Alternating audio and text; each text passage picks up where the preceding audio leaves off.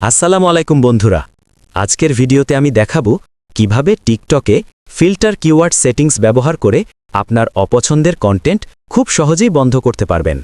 আমরা এই সেটিংটির সঠিক ব্যবহার না জানার কারণে এইখানে ভাইরাল ভিডিও, এফওয়াইপি এই ধরনের কিছু কিওয়ার্ড ব্যবহার করে ফেলি, যার কারণে আমাদের ফিডে ভাইরাল কন্টেন্টগুলো আসা বন্ধ হয়ে যায়। আজকের এই ভিডিওটি দেখলে ফিল্টার কিওয়ার্ড সেটিংসটির সঠিক ব্যবহার করতে পারবেন। চলুন তাহলে মূল ভিডিওটি শুরু করি। অনেক সময় আমরা টিকটক স্ক্রোল করার সময় এমন কিছু ভিডিও দেখি যেগুলো আমরা দেখতে চাই না, যেমন নির্দিষ্ট কোনো টপিক, শব্দ বা বিষয়।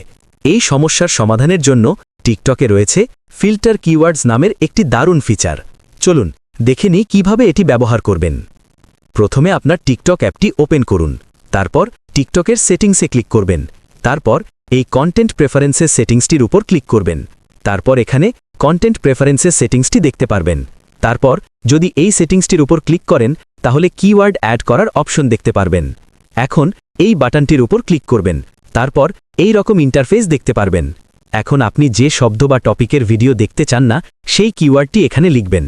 মনে করেন আমি অ্যাডাল্ট কন্টেন্ট দেখতে চাই না, তাহলে আমাকে এখানে অ্যাডাল্ট লিখে দিতে হবে। তারপর এইগুলো টিকমার্ক দিয়ে দিবেন, তারপর এই সেভ বাটনটির উপর ক্লিক করবেন।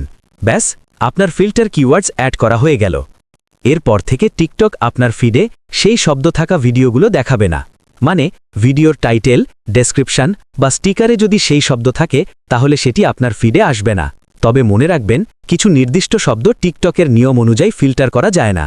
এভাবে খুব সহজেই আপনি আপনার টিকটক ফিডকে নিজের পছন্দ অনুযায়ী কাস্টমাইজ করতে পারবেন। ভিডিওটি যদি ভালো লাগে তাহলে অবশ্যই লাইক, কমেন্ট এবং সাবস্ক্রাইব করতে ভুলবেন না। ধন্যবাদ সবাইকে।